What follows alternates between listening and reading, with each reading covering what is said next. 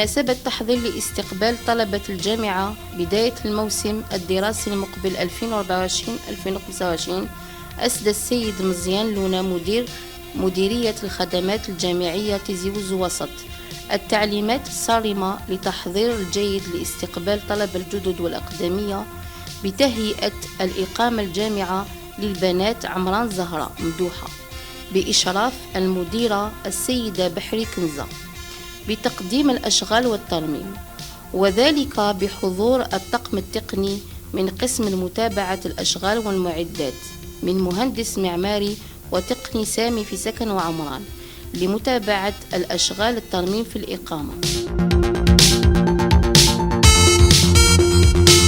التي تتمثل في ترميم مساكة سطح المدفأة العامة بمساكة جديدة،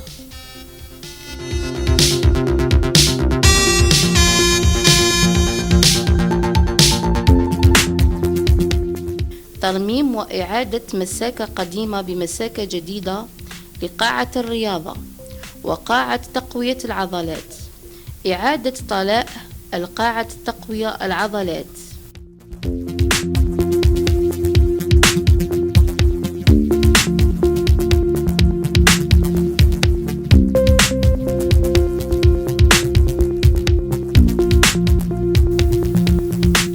تحويل القاعة المدفأة إلى مكتب الإدارة بترميمه كافة أنحائه من بلاطة أرضية وسقف جدران ونوافذ.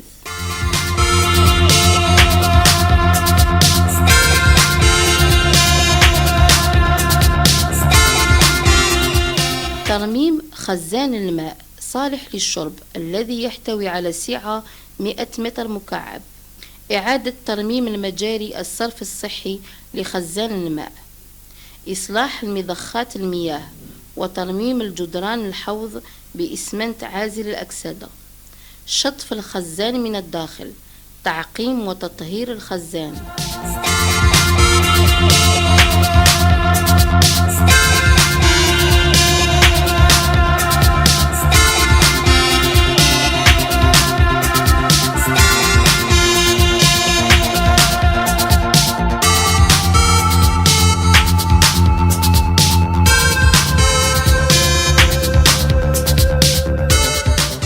تغيير 10 مضخات المياه القديمة بمضخات جديدة التي نستعملها لتدفئة المياه الأجنحة.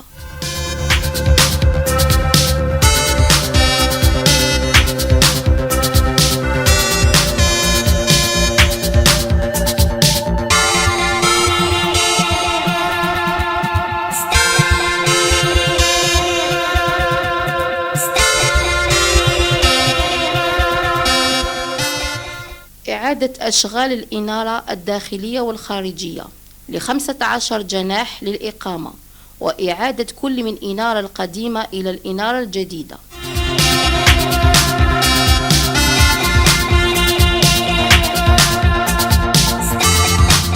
تهيئة وترميم المطعم بطلاء الجدران المطعم بأكمله وتنظيفه، وذلك بمشاركة العمال الصيانة والمطعم.